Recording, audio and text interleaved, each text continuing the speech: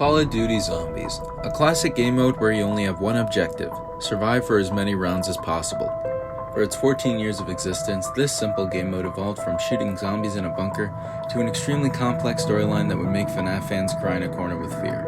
I mean, have you seen this thing? This is a timeline. Originally, I was going to do a review on World at War Zombies, but if I'm going to be honest with you, I don't want to spend $25 on clunky maps from 2009. So instead, I'm going to be doing a review on the first map, Nacht der Untoten.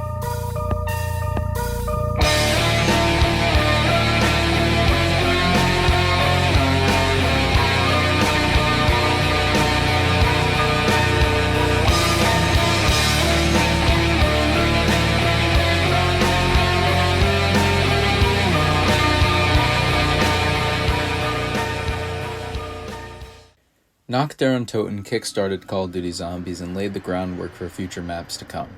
It was released in 2008 and was a bonus feature that can only be obtained by completing the World at War campaign. It is extremely bare bones compared to any other map. There are no perks, no pack-a-punch, no traps, no power switch, no Easter eggs, no secret songs, no hound round, and no boss zombies.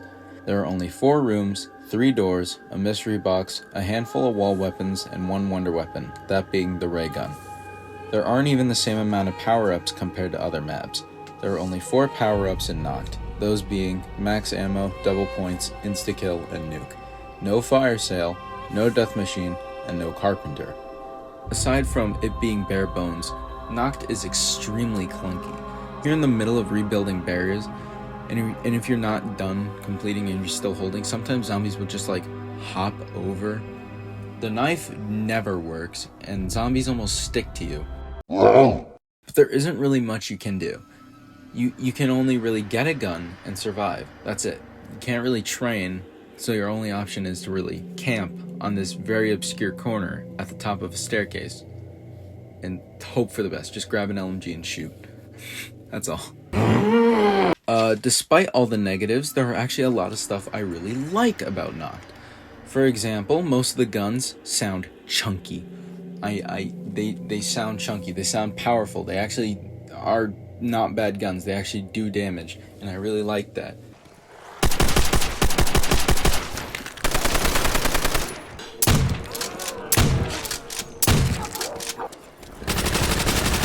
Another thing that I really like, there's this little sort of Easter egg where it's this little cabinet, and it's worth 1,500 points, not the cabinet, but what's inside the cabinet.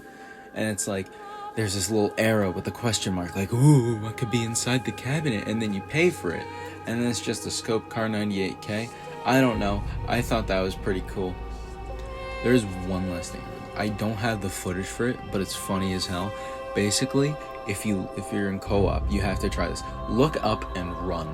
The other person will get a laugh. I swear. Do it. Overall, Nacht isn't really important to the rest of the zombie storyline because there wasn't really much of a story to begin with since it's the first map.